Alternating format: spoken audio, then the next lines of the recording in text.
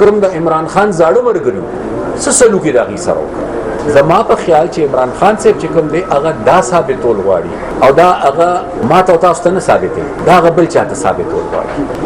اول خو زه په دې منطق نه پوهېږم چې یو سړی په اسمبلی کې ناستل نه غواړي، یو سړی اسمبلی ته تلل نه غواړي. مونږ خو په هغې پابندي نه لګولې، مونږ خو د اسمبلی دروازې نه دي بندې کړې، هغې په خپله د اسمبلی نه بار پاتې کېدل خوښ کړل. نو چې یو سړی په اسمبلی کې ناستل نه غواړي هغه دوباره خلکو نه په کوم بنیاد ووټ غواړي؟ د څه لپاره ته ووټ غواړي؟ د دې لپاره ته ووټ غواړي چې زه د اسمبلی نه بار پاتې شم، ځکه چې د خلکو ضرورت خو دې وخت کې دا دی چې د هغې نمایندګان په اسمبلیو کې دننه کړي. نو چې کوم محترم ولاړ دی هغه اسمبلی کې دننه کېناستل نه غواړي، نو دا خو که ته ووټ الې نو بنیادي طور که تاسو وګورئ نو دا خو د خلکو ووټ ضایع کېږي لکه، ځکه چې هغه د هغه خلکو نمایندګي به په اسمبلی کې نه کېږي، د هغې علاقو نمایندګي به په اسمبلی کې نه کېږي. زما په خیال چې عمران خان صاحب چې کوم دی هغه دا ثابتول غواړي او دا هغه ما ته تاسو ته نه ثابتې، دا هغه بل چاته ثابتول غواړي، هغه نه چې څوک خفه شوي دي هغې ته ثابتول غواړي چې اوس هم زمانه زیات مقبول لیډر په دې ملک کې بل نشته. د دې ثابتولو لپاره هغه لګیا دی په 9 سیټو باندې الیکشن کوي او په داسې حالاتو کې الیکشن کوي چې اسمبلی ته راتلل هم نه غواړي. نو اول خو هر سړی به د خپل ضمیر مطابق ووټ ورکوي، خو کم از کم دغه 9 واړو حلقو چې کوم ووټران دي هغې ته به زه دومره وایم چې کم از کم اول دا سوچ وکړئ چې چاله ووټ ورکوئ چې هغه سړی ستاسو نمایندګۍ ته تیار دی، هغه سړی په اسمبلی کې دننه ستاسو نمایندګي کولو ته تیار دی. که هغه ستاسو نمایندګۍ ته تیار دی بیا ضرور پې سوچ وکړئ، خو هغه ستاسو نمایندګي نه کوي نو بیا فایده سره د دې خبرې. دې وخت کې خو مونږ یو اتحاد کې شامل یو او د ضمني انتخاباتو لپاره اوس هغه اتحاد یو الیکشن الاینس شکل هم اختیار کړی دی او فارموله بنیادي طور سره چې 2018 سلیکشن کې کومه پارټي په 2م نمبر و او په 2م نمبر دا ټولې هغه دي چې کوم د ګټې سټونو خو مهرباني د بل اړخ وشوه نو ګټه په بیلات کې بدله شوه. فارموله دا ده، بنیاد دا دی چې څوک رنر اپ څوک په 2م نمبر و هغه ته به سیټ پاتې کېږي. اوس آیا د راروان جنرال الیکشن لپاره به هم دا ارینجمنټ او دا فارموله وي؟ په دې باندې لا څه حتمي فیصله نه ده شوې. د پی ټي آی په حواله تاسو مانه تپوس وکړو سره چې په سیاست کې حرف اخر نه وي، نو عوامي نېشنل پارټۍ هېڅ خواهش او شوق نشته چې مونږ یا چاته مینت وکړو یا درخواست وکړو یا داسې خلکو سره مونږ اتحاد وکړو چې هغې کم از کم سیاسي خلکو ته د عزت په نظر نه ګوري، څه اعتماد اعتبار یې نشته دی. په دې صوبه کې د هغې اتحادیان پاتې شوي دي قومي وطن پارټي، په دې صوبه کې د هغې اتحادیان پاتې شوي دي جماعت اسلامي.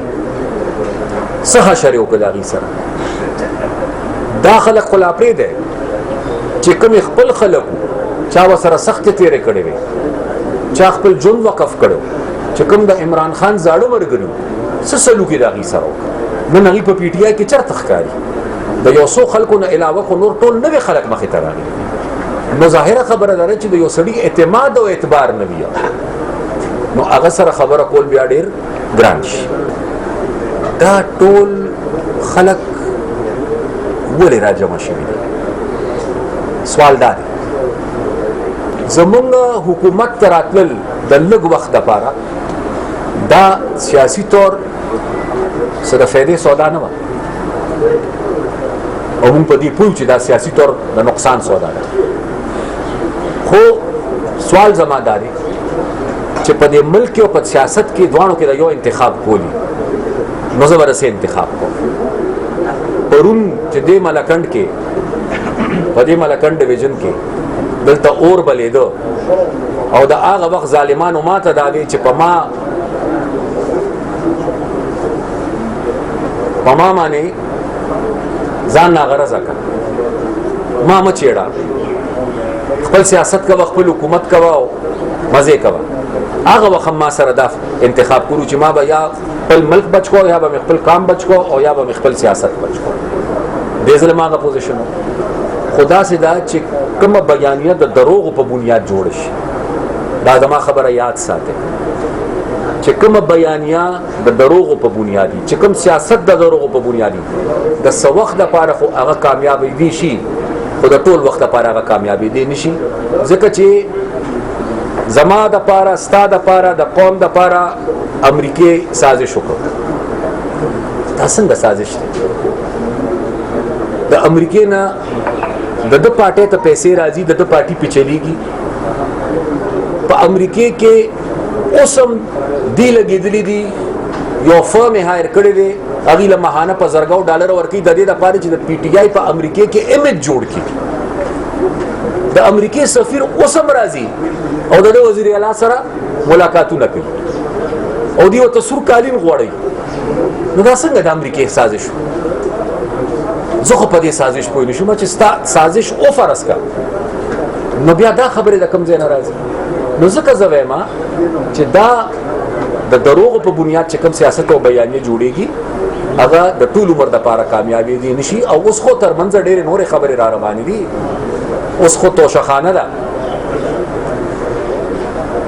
اوس خو صبر وکړئ چې د توشخانې اند رزلټ سره وځي. لکه چې یو وزیر اعظم سپریم کورټ په دې ډسکوالیفای کړ چې هغه د زوینه کومه تنخواه جوړېده هغه تنخواه یې وا نه غشته، هغه یې وا نه غشته. دلته کې خو له خیره تحفې ورکړې شوي دي، تحفې خرڅې کړې شوي دي، د تحفو کم قیمت جمع شوی دی او د خرڅولو نه پس جمع شوی دی. هغه به میر کو، خو دا چې کوم آمدن د دې نه راغلی دی هغه آمدن په خپلو اساسو کې نه ریښولی. نو چې په خپلو اساسو کې ونه خو او سبا دې ډسکوالیفای شو، نو بیا به دې دا وي چې زما خلاف سازش شو. ځکه چې ما ته خو داسې ښکاري چې دی به په دې کې 100% ډسکوالیفای کړي.